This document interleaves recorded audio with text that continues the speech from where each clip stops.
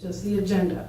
However, the rezoning was in addition to the agenda. So there would be no way for any of those people to know that the rezoning happened, because even if you were looking at the agenda, it wasn't on the agenda. It was in addition to the agenda. But the Paliatos and stuff don't show on the actual meeting minutes that they were even there that night. So they were added to an agenda on May 27th during COVID, with no directions on how to sign into Zoom meetings, with no information on whether or not the Zoom meetings were even happening.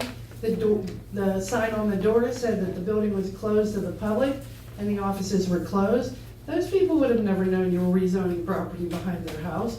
And when I finally saw the meeting minute book, I realized the meeting minutes were adopted already.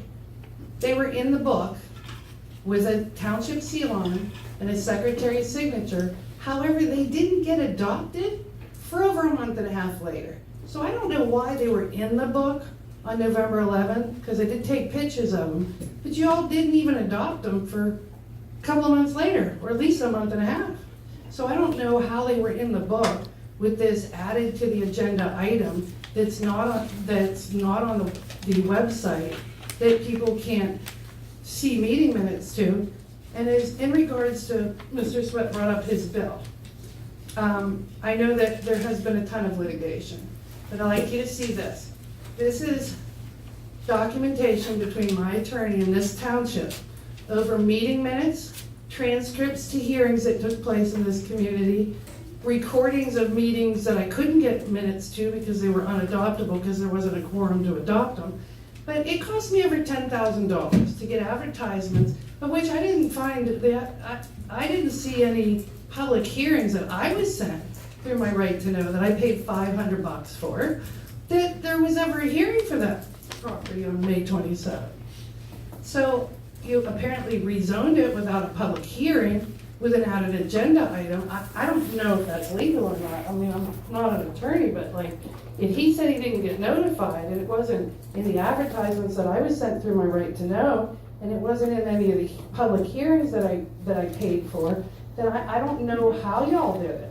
Or, but I would like you to know that in adding up, I did get someone else provided me their right to know on Gary Sweat's bills, and I want the community to know that you guys spent like over $4,000 fighting me on public meeting minutes, public hearing transcripts, I mean, $4,000 in taxpayers' money to go back and forth with my attorney over my right to know about what happened in a building that were public meetings that you just wouldn't answer, or you would, it's ridiculous. And I'd also like to mention that the other thing that I saw in the Gary Sweat's bill is we're now paying Mrs. Scott here $145 an hour to attend these meetings. Why do we have 2 attorneys here? Thank you. Thank you very much. Any others? That's it. I would like to make a public comment.